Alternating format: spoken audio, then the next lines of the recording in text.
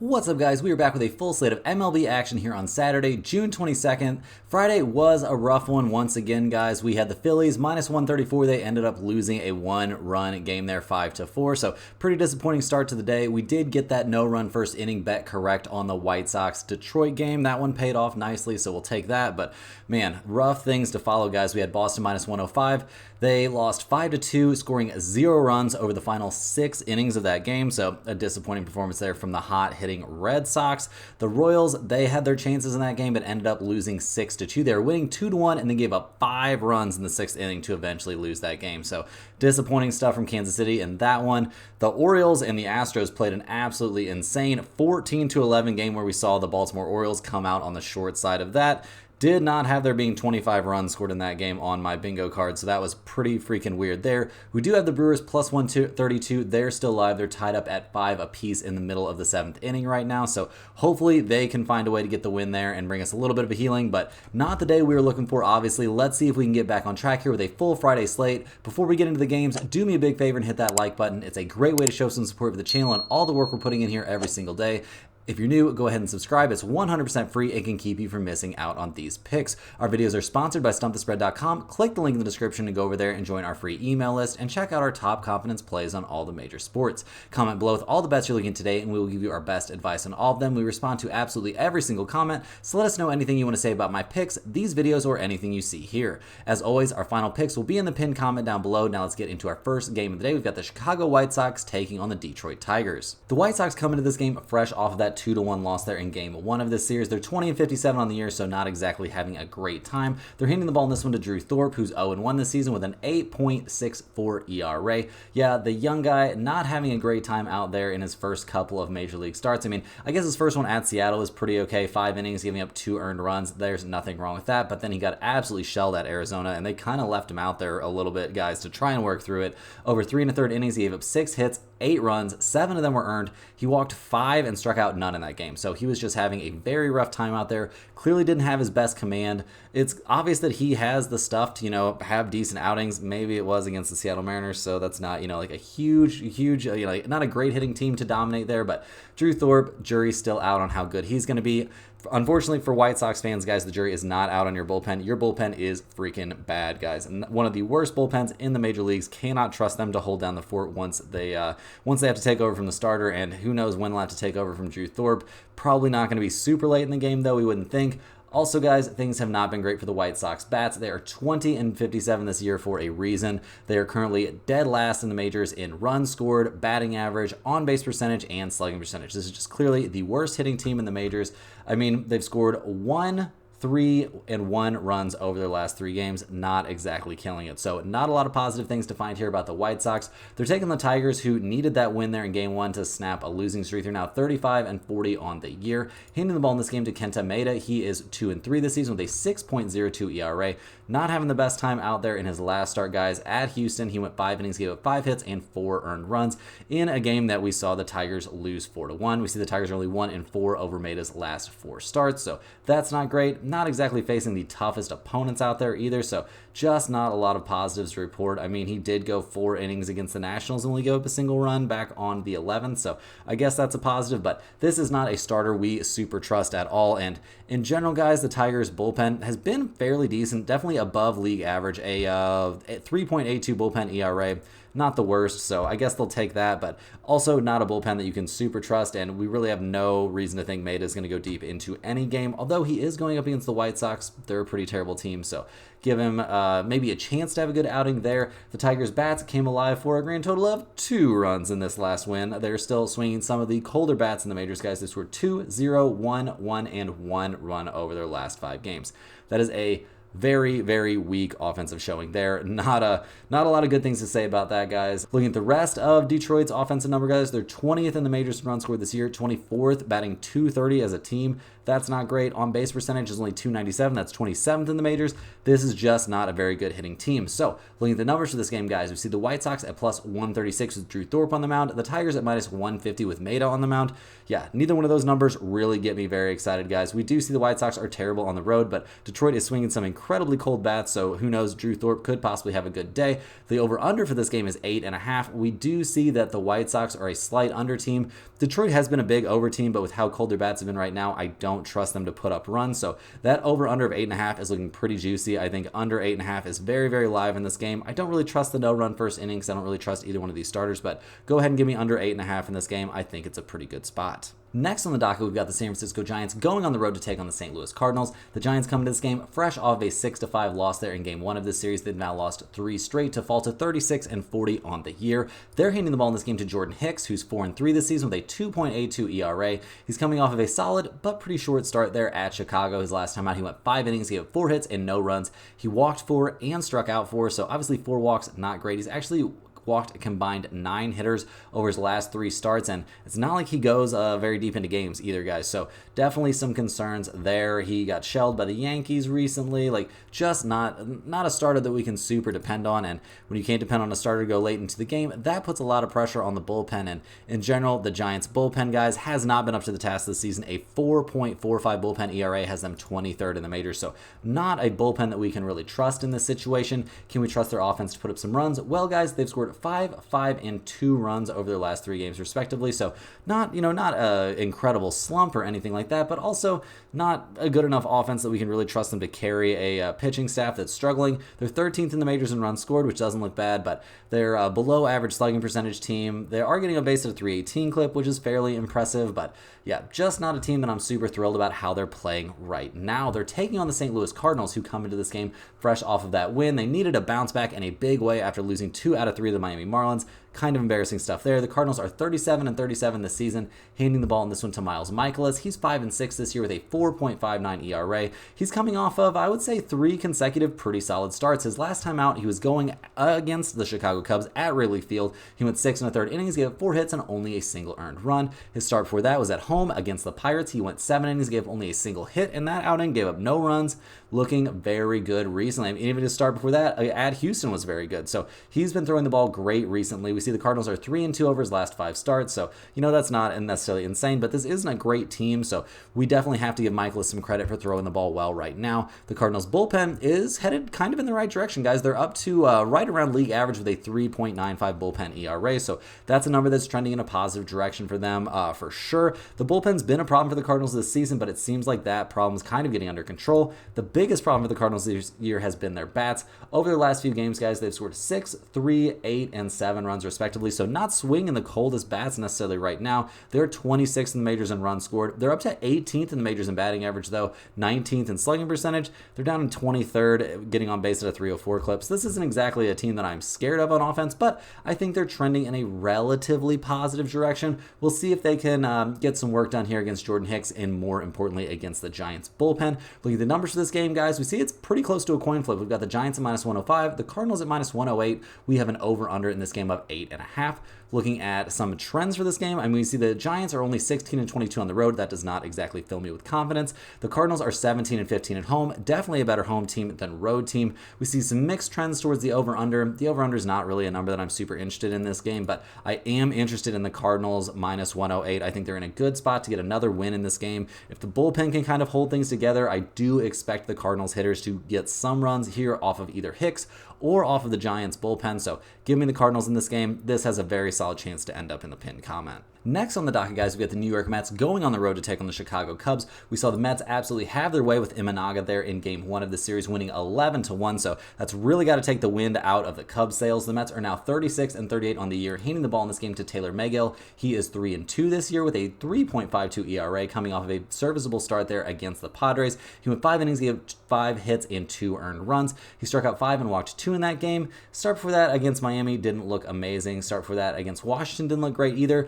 We did see the Mets waste a gem of a start from him back on the 28th of last month against the Dodgers, where he went 7 innings, gave 3 hits and no runs. He struck out 9 in that game and only walked 1. Like, very, very good stuff from him. He's been a little bit inconsistent this year, and he's a little bit too old for me to be giving him passes on inconsistency, but a 3.52 ERA on the season is nothing to turn your nose up at, and the Mets have been playing great recently. We've seen the Mets bullpen trend in something of a positive direction. I mean, a 4.07 bullpen ERA is below league average and nothing to write home about, but in general, this team has been playing a lot better recently, and the pitching staff as a whole gave up only 1 run yesterday, so definitely things are looking pretty good for the New York Mets. Obviously, they scored 11 runs yesterday, so that's a good, pretty good start to a series, guys. They've scored 11, 3, 7, 14, and 11 runs over their last 5 games.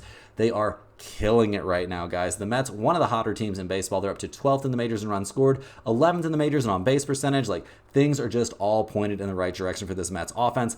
Quite the turnaround. Things are looking great for them right now. They're hoping they can keep it rolling here going up against the Cubs, who obviously come to the game fresh off of that disappointing loss. They're 36-40 on the year, down to the absolute seller of the NL Central, so that's got to be pretty disappointing. They're handing the ball in this game to Jameson Taillon. He's 3-3 this year with a 3.08 ERA, coming off kind of a weird start there against the Cardinals. It was at Wrigley Field. He went 6 innings. He had 7 hits and 2 earned runs. 7 hits, a bit concerning. He walked 2 and struck out 3 in that game. We've seen his strikeout numbers kind of decline. We also see the Cubs are having a hard time in his starts, guys. They're only 1-4 over his last 5 starts, with that sole win coming in a game against the Chicago White Sox where Taillon was terrible. He gave up 10 hits and 5 earned runs in that one. So definitely have some questions about him right now, and just in general how the Cubs play without him. The Cubs bullpen is right there at MLB average with a 3.95 ERA, so not amazing, not terrible. Obviously did not have a good game here in game 1 of the series, so some question marks about that. Also some questions about their bats. They scored 1, 6, 5, and 6 runs in their last 4 games, so, you know, not terrible. They are 17th in the majors in runs scored, but they're 25th in the majors in team batting average. Cody Bellinger being back obviously, you know, should help. Is this an offensive team that we're really scared of, though, guys? I'm going to say no. I don't think this is a great offensive team at all, and yeah, just not a lot of crazy positives for the Cubs right now. They're having a hard time, guys. There's no way around it. This NL Central team, they got off to a pretty good start to the year, and that has not carried on to this point. So looking at the numbers for this game, guys, we see the Mets at plus 106. We see the Cubs at minus 115. The wind's blowing out, guys. We've got an over-under of 11.5. The Mets are 17-15 on the road. The Cubs are down to 21-17 at home. We see mixed trends towards the over-under. We did see 12 total runs scored yesterday. We've got 2 relatively decent starters out there on the mound. Have they been great lately? I mean, great seems like a bit of an overstatement, but they've been pretty good lately. I feel like under 11.5 is definitely in play. That's a pretty big number. I'm leaning towards the New York Mets in this game, though. The Mets plus 106 seems fairly appealing. I think I like the under 11.5 slightly better, but give me the Mets or the under in this game. Neither one of these is probably ending up in the pinned comment. Next on the docket, guys, we got the Arizona Diamondbacks going on the road to take on the Philadelphia Phillies. We see the Diamondbacks come into this game fresh off of that crazy 5-4 win there. We saw the Diamondbacks hit 3 home runs in that one to get the game 1 win. I mean, this team is 4-1 over their last 5 games, so that's pretty impressive stuff right there. I mean, winning against the Phillies is definitely kind of hard to do this season. The Diamondbacks are 38-38 this season now. They're handing the ball in this one to Tommy Henry. He's 2-2 this year with a 6.23 ERA. He's going to be making his first start. Well, not his first start after a couple of bullpen appearances. His earlier starts in the season were very, very early on, so not a ton to glean from that. His last time on the mound did not have a good time, guys. He was going up against the White Sox. He gave up 5 hits and 5 earned runs over 4 innings of work. He, just didn't look great. They're, I guess, expecting better things from him here. It's only 6 days later, so I don't know what's going to exactly have changed for Tommy Henry, but definitely some big question marks for me about him. The Diamondbacks bullpen has been one of the worst bullpens in the majors this season. A little bit disappointing to see the Phillies not manage to put up more runs there in game 1 of this series, but maybe they'll get locked in here for game 2. We'll just have to see, but the Diamondbacks bullpen gonna have a hard time slowing them down. Can the Arizona bats summon up that kind of power 2 games in a row? Well, I think it's gonna be a little bit tougher for them in this game, but this season, guys, this has been a very good offense. They're top 5 in runs scored. They're 6th in the majors, batting .253 as a team, so obviously nothing wrong with that. They are not quite a top 10 slugging percentage team, but they're a very high on base percentage team, getting on base at a 324 clip. So overall, this is a very, very solid offensive team, but we're going to see what they can do here going up against the Phillies, who obviously took the loss there in game 1. They've now lost 2 games in a row, not something that happens that often for the Phillies this season. They're going to be handing the ball in this game to Zach Wheeler, who's 8-4 this year with a 2.84 ERA. The guy's in a bounce back spot, dudes. No question about that. His last time out, it was at Baltimore. He got shelled. He went 4 1/3 innings, gave up 8 earned runs on 9 hits. He gave up 4 home runs in that game. Zach Zach Wheeler has been solid all season long. His 4 starts before that, he went 7 innings, and 3 out of those 4 starts, he gave up a grand total of 4 earned runs over those 4 starts before getting shelled by the Baltimore Orioles. So, pitching in Camden Yards, pretty tough deal. We're going to give him a little bit of a pass for that one. I do expect a bounce back from him in this one. The Phillies bullpen has officially taken over the top spot in the major leagues, guys, in terms of bullpen ERA at least. They're sporting a 3.15 bullpen ERA. Nothing wrong with that. They've been one of the better bullpens in the majors all season long, so we're going to go ahead and expect some pretty solid things from them in this game.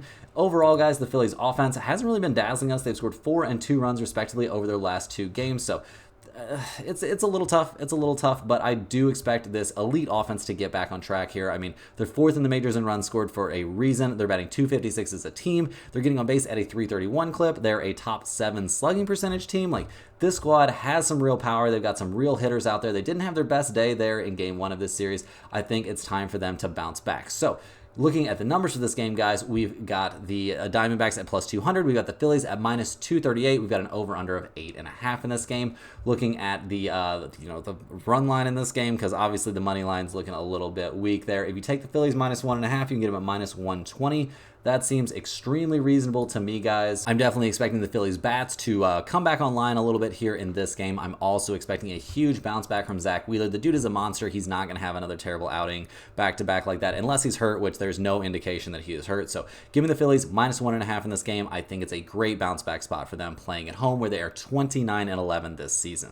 Next up, guys, we got the Kansas City Royals going on the road to take on the Texas Rangers. The Royals come into this game fresh off of that disappointing 6-2 loss there in game 1 of this series. They're down to 42-35 on the year, not really having the best time out there. They're handing the ball to Michael Wacha, hoping that he can come back from his little IL stint and look good. I mean, he was looking good before he hurt his foot there, and I think now he's going to get back out there. We'll see how he looks. It's been a long time since he made his last start. It was back on the 31st of last month, so been right around 3 weeks for him, and we'll see how that foot looks and how his stuff looks. It's been pretty good this season in general. I mean, his last 4 starts, it was actually the last 5 starts before getting hurt, he hadn't given up more than 2 earned runs in any of those starts. He looked very, very good out there. He had seemingly figured some stuff out. His strikeout numbers were up, and just in general, it felt like he was throwing the ball pretty well. So I expect some positive things from Wacha. One of the big problems for the Royals recently has been their bullpen, guys. It's sliding down the standings. They're down to a 3.87 bullpen ERA. Not looking amazing, just a little bit above league average there. So we have our concerns about this bullpen, and I also am a little bit worried about how deep Wacha can actually go into this game, since it's going to be his first start back. So we'll just see what happens out there. The Royals offense also hasn't been having a great time, guys. They've scored 2, 3, 1, and 5 runs over their last 4 games, respectively. Not hitting the ball great. We're seeing all their major offensive numbers trending downward. I mean, they're tied for 7th in the majors still in runs scored, but that's definitely a number that's headed way, way down. Their on-base percentage is trending down. Their team slugging percentage is trending down a bit. Like, they're down to batting .248 as a team. That was a number that was much higher earlier this season. So, yeah, just not a lot of positives right now for the Kansas City Royals. They're kind of going through it right now, and they're hoping they can turn things around against the Texas Rangers, who have now won 2 in a row. They're only 35-40 on the year, though, so not exactly killing it. They're handing the ball in this game to John Gray, who's 2-3 this season with a 3.31 ERA. He's coming off of a just horrendous outing there, guys, against the Mets. He went 3 innings, gave up 11 hits and 9 earned runs. He gave up 2 home runs in that game. He's just not having a good time. His last 2 starts have each only been 3 innings apiece. Like, not a lot of positives here for me looking at John Gray. The Rangers bullpen, guys, has clearly been below average this season. They're sporting a 4.12 bullpen ERA at the moment, so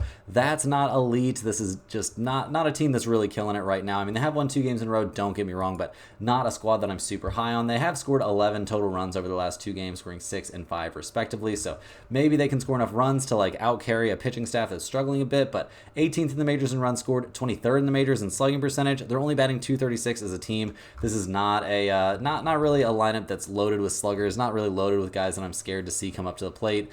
I mean, they're getting on base at a 306 clip, just not a massive amount of positives to find here about the Rangers. And looking at the numbers for this game, guys, we see it's a little bit odd, a little bit hard to figure out. We've got the Royals at plus 120. We've got the Rangers at minus 126. We've got an over-under of 8.5 in this game. The Royals, not nearly as good of a team on the road as they are at home. The Rangers, they're only 17-19 at home, so that's not too impressive. What kind of faith do we have in John Gray? Not a ton. What kind of faith do we have in Michael Wacha? Also not a ton. What kind of faith do we have in the bats of either team? Neither team really swinging the hottest bats necessarily right now. So in general, guys, this seems like quite the toss-up to me. Both teams are showing trends towards the under, with the Rangers going 44, 28, and 2 to the under. So if you want to just play those trends and take a little bit of a look at that under 8.5, I wouldn't fault you there. I do think that probably the Royals plus 120 on the road is not the worst spot for them. I mean, obviously pitching on the road or playing on the road for the Royals has been tough this year, but I think they could find a way to bounce back and get a win in this game if we see good stuff from Waka. But guys, this is not going anywhere near the pin comment for me. Honestly, probably the best value on this game is the Royals plus 120, but I don't like this one at all. Next up, guys, we're looking at the Tampa Bay Rays going on the road to take on the Pittsburgh Pirates. We saw the Rays get a big 10-3 win there in Game 1 of this series. They are 37-39 on the year, handing the ball in this game to Zach Eflin.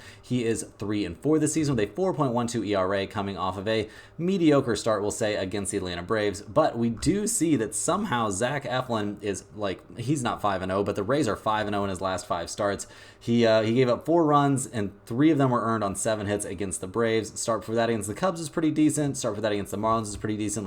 He's been throwing the ball all right lately. I'm not trying to tear the guy down too much. He's looked decent. So I think we can expect another relatively serviceable start from him. The question about the Tampa Bay Rays is, guys, what are you really going to get from this bullpen? It hasn't been great lately. I mean, they're currently sitting in not too hot of a spot there in the majors in terms of bullpen ERA, guys. Not a great bullpen at all. So pretty concerned about that whenever Zach Eflin has to come out of the game. I think it's going to be a little bit tough for the bullpen to hold the Pittsburgh Pirates, even the lowly Pirates, down. The Rays offense has looked a lot better lately, guys. They scored 10, 7, and 3 runs respectively over their last 3 games.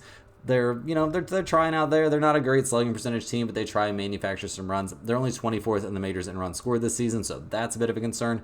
22nd in the majors in batting average, but like I said, the bats are a little bit warmer right now, so gonna give them some credit for that. Maybe they can keep things rolling here against the Pirates. We'll have to see, though, guys. Pittsburgh comes in this game losers of 2 of their last 3. They're 36-39 on the year. They're not exactly killing it there in the NL Central. They're handing the ball in this game to Jared Jones, who's 4-6 on the season with a 3.76 ERA. He's coming off of back-to-back kind of questionable, kind of short starts, guys. He didn't have a great time against the Minnesota Twins, and then he followed it up by getting absolutely shelled at Colorado. He gave up 6 hits, 6 earned runs over only 4 2/3 innings. He walked 4 in that game. His control over his last 5 starts has been a bit questionable. I mean, he did have a great start there against the Dodgers, so we'll give him some credit for that. But in general, guys, not a lot of great things to say about Jared Jones at the moment, and not a bunch of amazing things to say about the Pirates bullpen. I mean, a 3.99 bullpen ERA has them just below league average, so not exactly a bullpen that you can super trust, especially if Jones has another one of his kind of short outings. And the Pirates not swinging the hottest bats right now. They've scored 3, 1,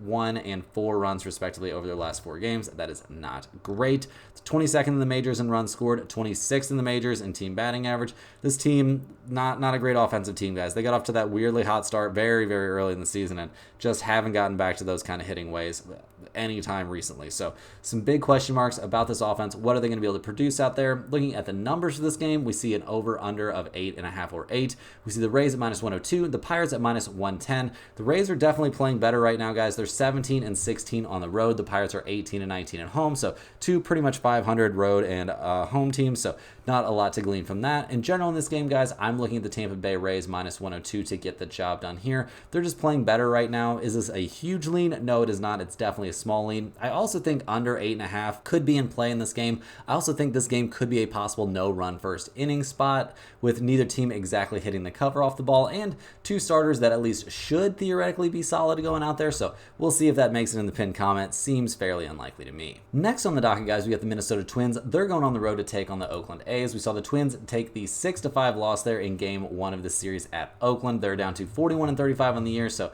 not having the worst time. But guys, they have dropped 3 straight games. They're handing the ball in this game to Bailey Ober, hoping he can stem the bleeding here. He's 6-4 with a 4.81 ERA this season. He's coming off a very good start against Oakland, so that's kind of a nice trend to look at here. I mean, he went 6 1/3 innings, gave up 6 hits, and only a single earned run. It was a home run, so I mean, that's obviously not ideal, but in general, he looked very, very good in that outing. How has he looked over his last 5? I would say he's looked good in 3 of those 5 starts, alternating good and bad starts, so that doesn't fill us with a ton of confidence here, and he's going up against the same team twice in a row, which can be a little bit tough, but in general, I don't think he's in the worst spot ever. The Twins bullpen, guys, has not been great. A 4.22 bullpen ERA has them solidly in the bottom third of the majors, so not exactly a bullpen that we can trust once Ober comes out of this game. And how much can we trust the Twins bats to put up offense? Well, guys, they have scored 5, 6, 2, and 7 runs over their last 4 games. So not like they're swinging the coldest bats. They're just their pitching staff hasn't really been getting it done. I mean, we see Carlos Correa batting 302 this season, so nothing wrong with that. Not a ton of guys batting over 300 this year, so give them some credit there. They're 11th in the majors in runs scored, 5th in the majors in slugging percentage as a team that hits the ball hard when they do make contact. They're not a terrible batting average team either. They're right there at league average, so I think we can pretty safely expect the Twins to put up some runs, generally speaking. They're taking on the Oakland A's, who have somehow won 3 of their last 4 games. They're 29 and 49 this season, handing the ball in this game to JP Sears, who's 4-6 this year with a 4.25 ERA. He's coming off of an outing back on the 16th against the Twins where he straight up did not have a good time, guys. He only lasted 4 1/3 innings, gave up 9 hits. He was kind of lucky to only escape there with 4 earned runs allowed. He gave up 3 home runs in that game. He walked 4 and struck out 1. Not a great outing from him. He has not been having a good time lately either, guys. He's lost 4, or we've seen the A's lose 4 out of his last 5 starts, which not all that's his fault, but I mean, some of that does get blamed on him. And in general, guys, how much do we trust the A's bullpen? Well, they're 22nd in the majors with a 4.28 bullpen ERA, so not a team you can really count on once the bullpen comes into play. So definitely have our question marks about the A's pitching staff. Their hitting, it's been a little bit better lately, guys. They've scored 6, 2, 5, and 7 runs respectively over their last 4 games, so nothing wrong with that. But is this a great hitting team, guys? It certainly is not. They're 28th in the majors in runs scored, 28th in the majors in team batting average, batting 223 as a squad. That's not great. Their on-base percentage is only 294. Once again, 28th in the majors. Like, this is just not a very good hitting team. Are they swinging some slightly warmer bats now? Yes, they are.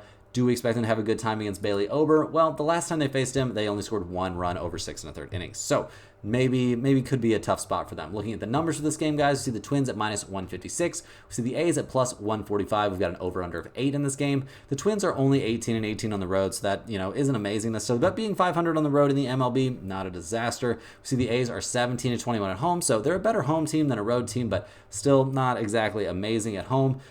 Guys, I'm leaning towards the Twins -156 in this game. I think it's a pretty reasonable spot for them. If you wanted to look at the Twins -1.5, also, you can get them at +105. That feels a little bit greedy to me, especially since we've been having some struggles lately. So go ahead and give me the Twins -156. We've got a matchup between a pitcher that's had success against its opponent and a pitcher who has had problems against the opponent. So go ahead and give me the pitcher that's had success. We'll see if he can do it again. Give me the Twins -156. Next on the docket, guys, we're looking at the Baltimore Orioles going on the road to take on the Houston Astros. We saw Baltimore come off on the short end of that insane 14-11 game. Pretty disappointing performance from their pitching staff in that one. They're 49 and 26 on the year, though, so I think they're going to be okay. They're handing the ball in this game to Corbin Burns, who's been lights out this season, guys. He's 8-2 this year with a 2.14 ERA, coming off of a very serviceable start there against the Phillies, and that's against the Phillies, guys, a very good hitting team. He went 6 innings, gave 7 hits, and 2 earned runs in a game that we saw Baltimore win 8-2. We've seen the Orioles win all of his last 5 starts. He has not given up more than 3 earned runs in any of those starts. Honestly, he's given up a grand total of 6 earned runs over those 5 starts. So he's been looking fantastic out there, no doubt about it. He is an absolute monster. Corbin Burns, monster for sure. The Orioles bullpen has also been pretty good. Not so good last night, though. I mean, don't want to be part of a game where you're giving up 14 freaking runs. The Orioles bullpen is sporting a 3.28 bullpen ERA, so give them some credit there. I do expect a bounce back just from every pitcher involved in this whole crazy situation, so we'll see what actually happens there. But overall, guys, we're not too worried about the Orioles. Bats, they've scored 11, 17, 7, and 2 runs over their last 4 games. Nothing wrong with that. This team can absolutely hit the ball. Gunnar Henderson is an absolute monster out there. 24 home runs this year, batting 284. That's wild stuff from such a young guy. First in the majors in runs scored. This team is first in the majors also in slugging percentage. This is just a murderer's row of hitters, guys. This is a crazy lineup. Everybody can hit. They are going to put up some runs no matter who they're going against, it looks like. And in this game, guys, they're taking on the Houston Astros, who have suddenly won 4 of their last 5 games overall to make their way to 36 and 40 on the year. They're still 7 games back of Seattle there in the AL West, but they're trying their best to catch up a little bit there. They're handing the ball in this game to Ronel Blanco, who's been good this year. He's 7-2 with a 2.43 ERA, coming off of a 7-inning shutout there against the Detroit Tigers. Tigers. He went 7 innings, gave up no hits, no runs. He struck out 8 and walked 3. Yeah, very impressive stuff from them. Also kind of impressive, kind of disappointing, discipline there from the Astros to take him out while he still had a no-hitter intact. He's had some struggles lately, guys. I mean, he had a rough game there against the Cardinals, rough game against the Twins. He looked good against the Giants his last time out. We see the Astros are 3-2 over his last 5 games, so, give the guy some credit, but it's not like he's facing a bunch of super tough hitting teams, and he's about to go up against the toughest hitting team in the major leagues in the Baltimore Orioles. So we'll see what he can do. We'll also see what this Houston bullpen can do. Obviously didn't have a great time yesterday. They're sporting a 4.21 bullpen ERA over the course of the season, which is obviously not amazing either. Clearly below average in the MLB, so that's a problem. This offense finally broke out for a huge outburst of runs, something we've kind of been expecting to happen at some point. In general, this team has struggled, guys. They are 14th in the majors with 328 runs scored this year, 1st in batting average, 9th in on-base percentage, 6th in slugging percentage. They're just a team that generally struggles to put up lots of offense, so the fact they were able to come up with 14 runs in this game is great for them, but are they going to be able to sustain any sort of normal production?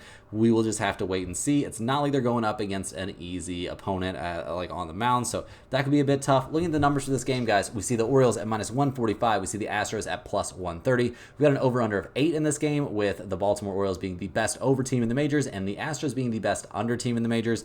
Not super interested in either side of that, guys. What I am interested, though, is in the Orioles -145. Going back to the well here with the Orioles, they did let us down yesterday, but I don't think they'll let us down again. I know Ronald Blanco has been throwing the ball well, but I don't think he's going to have the same kind of success he's been having against mediocre teams, going up against the best, hottest hitting team in the majors. So give me the Orioles -145 in this one. I think they find a way to get the job done and bring us back a little bit of that money they cost us yesterday. Next on the docket, we've got the Boston Red Sox going on the road to take on the Cincinnati Reds. The Red Sox come into this game fresh off that disappointing 5-2 loss there. They just couldn't get anything going at the plate in the last 2/3 of that game. It was crazy stuff. They're 40-36 this season, handing the ball to Nick Pivetta, who's 4-4 this year with a 3.88 ERA. He's coming off of a weirdly decent, start there at Toronto, where he went 7 innings, gave 9 hits, and 3 earned runs. His last couple of starts have not exactly filled me with confidence, guys. I mean, over his last 3 starts, we have seen the Red Sox win all 3 of those games, but it hasn't really been all his fault. He did throw a gem there in Atlanta, though, back on the 5th. That was a fantastic start for him. So, in general, some consistency issues here for me looking at Pivetta. The Red Sox bullpen, guys, has been looking much better as of late. They're 5th in the majors with a 3.44 bullpen ERA, so a bullpen that we can at least semi-trust here late in games. Kind of expect them to be able to hold down a team like the Cincinnati Reds. The bats for the Red Sox did not show up there in Game 1, scoring only 2 runs and not scoring any runs there. The whole end seems a little generous. Most of the game, they struggled at the plate. So snapped that 5-game winning streak. I think they're going to be very, very determined to get back on track here in this game. The bats have been good lately. I mean, they've scored 2, 7, 4, 7, and 9 runs respectively over their last few. Not too worried about their bats going into Game 2 here against the Reds, who come into this game winners of 2 out of their last 3, but they're only 36-39 on the season. They're handing the ball in this game to Frankie Montas, who is 3-5 this year with a 4.62 ERA. He's coming off of a decent, maybe start, since it's at Milwaukee. He went 5 innings, he gave up 4 hits and 3 earned runs, so not terrible. His start before that, he only lasted 1 1/3 innings against the Chicago Cubs, so not exactly a guy that we can super trust. The start before that, though, against Colorado, he looked really, really good. So we'll see what we actually get out of him from this game. He is going up against the Boston Red Sox, a tougher hitting team than he is really accustomed to. So we'll see what he does there. The Reds' bullpen this season, guys, hasn't been amazing, but hasn't been terrible. They've been looking a bit better lately, I guess I'll give them credit for. I mean, they're 10th in the majors with a 3.77 bullpen ERA. So can we trust them here against the Boston Red Sox, though? Seems like a bit of a tall task for an NL Central bullpen, but we'll just have to see. Obviously, they looked okay there in Game 1. The Reds' bats looked pretty decent in Game 1. I mean, scoring 5 runs. How good is this offense really, though? Seems a bit questionable to me. I mean, they're 19th in the majors in runs scored, 27th in the majors in team batting average. Over the last few games, guys, they've scored 5, 0, 2, and 1 run, respectively, and that was mostly in a series against the Pittsburgh Pirates. So not a team that we super trust at the plate. definitely have significant questions about them there. Looking at the numbers for this game, we see the Red Sox at minus 120. We see the Reds at plus 105. We've got an over-under of 9.5 in this game. The Reds are a 500 home team. The Red Sox are actually a pretty decent road team at 22-15 on the road. Guys, give me the Red Sox in this game. We're going back to the well again. I know this might seem crazy. The definition of insanity is doing the same thing over and over again, expecting different results, but I am definitely expecting a different result in this game. I do not trust Frankie Montas in this spot. I do trust the Boston Bats to come alive. I trust their bullpen more. I trust Nick Pivetta more than I trust Frankie Montas. So give me the Red Sox minus 120. I think this is a bounce back for them. Moving right along here, guys, we got the Seattle Mariners going on the road to take on the Miami Marlins. The Mariners come into this game fresh off of a 3-2 loss there, with the Marlins walking it off for their third straight game. Wild stuff going on there for the Marlins.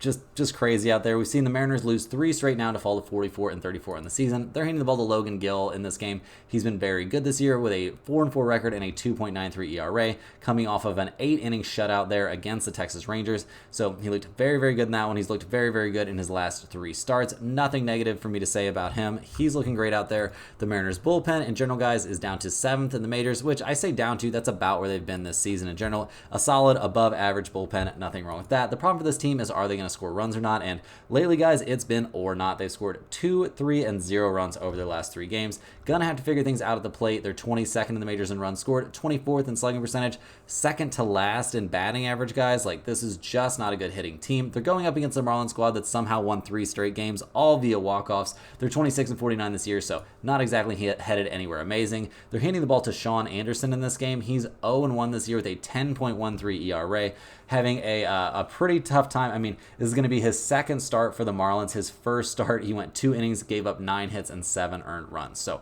yeah, not exactly getting off to a hot start in his new uniform. Not a lot of great things to say about him. Not a lot of amazing things to say about the Marlins bullpen, guys. They're in the bottom 5 in the majors in terms of bullpen ERA. Just not a bullpen that you can really trust to hold the game down for you. And how much can you trust these bats? Well, guys, they've scored 3, 4, and 9 runs over their last 3 games. So not swinging the coldest bats necessarily, but they are 29th in the majors in runs scored and in on-base percentage. So not a great hitting team. So big questions for me about the Marlins. Leave the numbers to this game. We see the Mariners at minus 146, the Marlins at plus 140. We've got an over-under of 7.5 in this game. Seattle's only 17-21 on the road. The Marlins are obviously on this weird hot streak, but I think it comes to an end tonight. Give me the Mariners minus 146 in this game. Is this going in the pinned comment? I tend to doubt it. Next up, guys, we got the Toronto Blue Jays going on the road to take on the Cleveland Guardians. The Blue Jays come into this game losers of their last 4 in a row. They lost game 1 of this series 7-1. They're handing the ball to Jose Barrios, hoping he can fix things for him. He's 6-5 this year with a 3.13 ERA. He's coming off of a pretty weak start there against Cleveland, so that's a bit of a concern. His last time out was against the Guardians. He went 6 innings, gave 8 hits and 4 earned runs, including a home run. Honestly, his last 3 starts have all caused me a little bit of concern. I mean, against Baltimore, giving up only 2 earned runs over 6 innings is obviously great, but other than that, a little bit of concern. He's been taking on some tough teams, don't get me wrong, but going against Cleveland again is a bit of a question mark. The Toronto bullpen has not been great. One of the worst bullpens in Major League Baseball. So once he comes out of the game, once Barrios comes out of the game, big question marks about what's going to happen to Toronto. And in general, the bats are not looking good, guys. They scored 1, 3, 3, and 3 runs respectively over their last 4 games, all of which were losses. We see Vladimir Guerrero slumping once again. Just in general, this offense not looking great. 27th in the majors in runs scored. That's pretty bad. 21st in batting average. 25th in slugging percentage. Just not a lot of positives to report. And they're going to need to do something positive here against the Cleveland Guardians, who are 47-26 on the season. They've won their last 3 games in a row. They're handing the ball in this game to Ben Lively, who's 6-3 on the year with a 3.02 ERA. He's coming off a bit of a rough outing at Toronto. He went 4 innings, gave up 6 hits and 4 earned runs. Not his norm this season. Normally this year he's been very, very good. So is this a bounce back spot for him? Seems like kind of a big ask going against a team that just kind of had its way with him only 5 days ago. So big question marks for me about both starting pitchers in this game. And the Cleveland bullpen in general, guys, has not been bad. Obviously, not a big shocker there. 6th in the majors in bullpen ERA.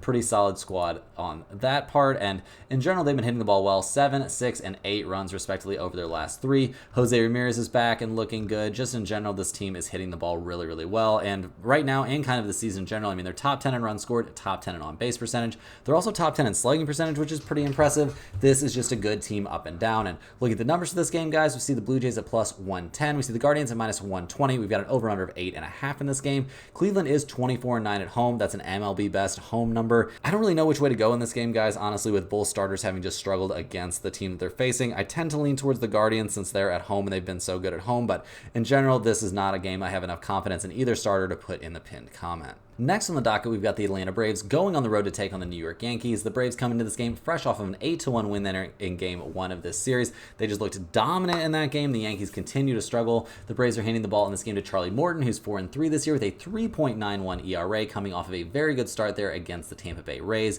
He went 6 innings, gave up 3 hits, only a single earned run. It was a bounce back after a bad start there at Washington. Just seems like he really struggles going up against the Washington Nationals, so maybe cut the guy a little bit of slack, but you don't really want to be having a hard time against teams like the Nationals, although they've looked better lately, so, maybe it's not so bad. In general, though, he's looked pretty good this year, and the Braves bullpen has also looked pretty good. Clearly top 10, a 3.56 bullpen ERA is nothing to be worried about too much, and the Braves bats are looking great. 8, 7, 2, 2 runs over their last 4, not awful. They're swinging some pretty decent bats right now. We see Ozuna kind of getting back on track in general, and I mean, he's been on track all season long. Not going to take anything away from a guy who's batting .311 with 20 home runs this season.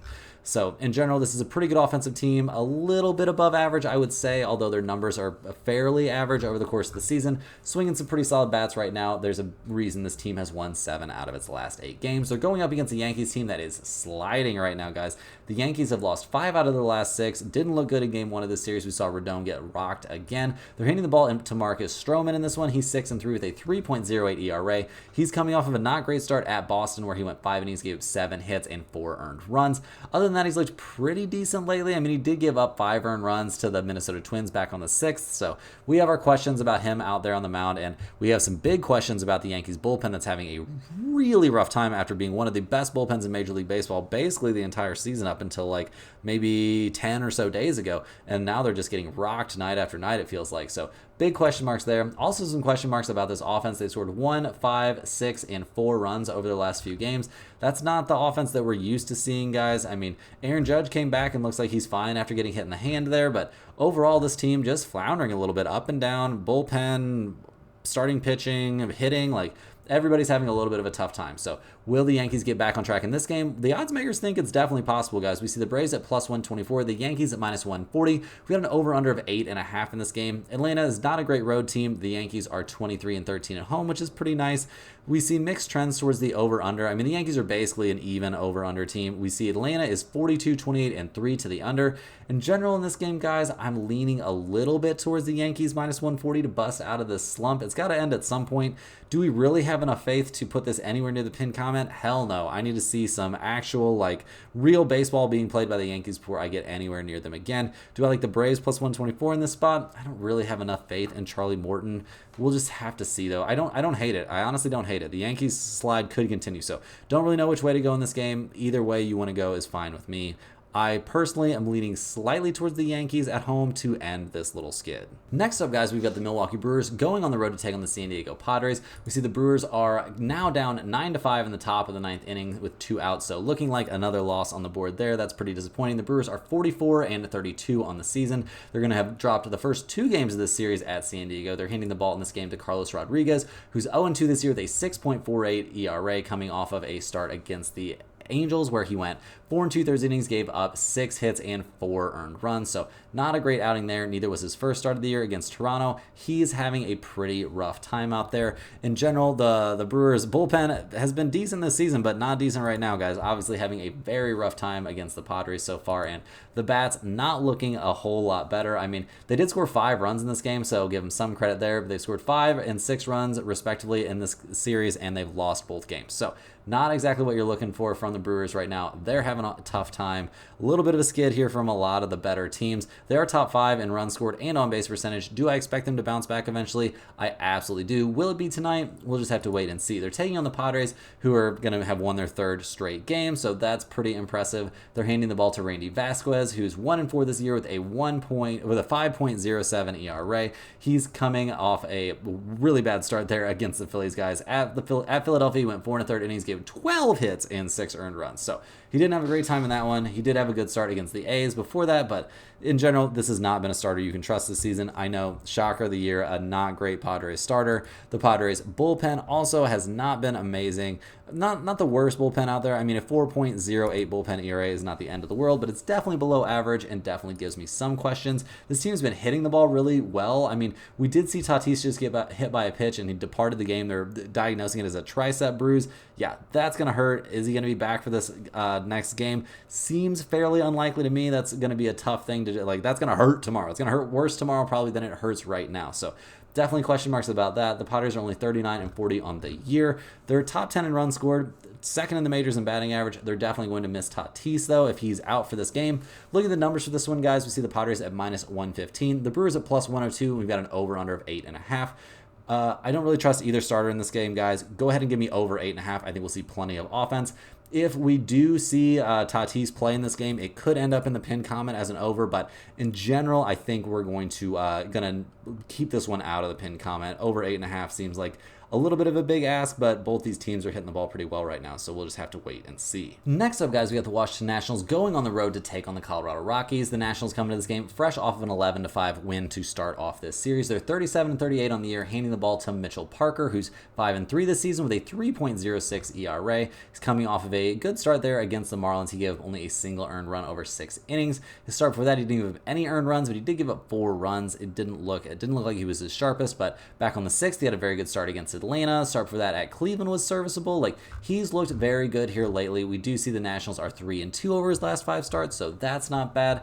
He's looked good out there. He's a young guy. He's having a pretty good season. The Nationals bullpen is also having a good year, trending upwards, guys. A 3.83 bullpen ERA has him 12th in the majors, so nothing wrong with that. And they're hitting the ball right now, guys. They've scored 11, 2, 3, 0, and 3 runs respectively, so maybe hitting the ball is a little bit of an overstatement, but this hasn't been a great offensive team all season long, so the fact they just busted out for 11 runs is a good sign. They are 25th in the majors in runs scored, so we're not going to super overreact to this, but maybe they're swinging some slightly better bats. They're taking on the Colorado Rockies, who have now lost 5 of their last 6. They are 26-50 on the year, handing the ball to Cal Quantrill, who is 6-5 this year with a 3.43 ERA, coming off of a decent but not dominant start there against the Dodgers. I mean, he gave up 3 earned runs and 7 hits over 5 innings. It was against the Dodgers, but still, we see the Rockies are 3-2 over his last 5 starts. He's been having to go up against some pretty tough opponents, don't get me wrong, so he's maybe going to be excited to see the Washington Nationals. I mean, they're not a team that he's faced this year, but in general, it's got to be a step down from taking on the Dodgers a bunch of times. The Rockies bullpen, not a great bullpen, no shock there. Pitching in Coors Field, not a great feeling. Also, this offense, you would think they'd be a little bit better from hitting at Coors Field all the time, but that has not been the case either. Not a great offensive team. So, looking at the numbers for this game, guys, we see the Nationals -115, the Rockies at +102. We've got an over-under in this game of 10.5. In general, guys, I like under 10.5 in this game. I know it seems a little bit sketch to do that in the Great American Ballpark, but we've got 2 pretty good starters out there. Would I take a no-run first inning in this kind of game? I don't know. Do I like under 10.5 enough to put it in the pinned comment? I do not. I also like the Nationals -115 a little bit in this game. Once they can get past Cal Quantrill, and, who knows, it's possible that they get past him early, they're going to get to go up against a pretty weak bullpen. So give me the Nationals -115 or the under 10.5 in this game, but yeah, I'm not putting this in the pinned comment. That's all the games we have for today, guys. Hit that like button for good luck on all of your bets and subscribe to the channel if you're new. Let me know in the comments any questions you have on today's slate. Thanks for watching. You can click the link in the description to check out stumpthespread.com, and we'll see you guys tomorrow for more sports betting action.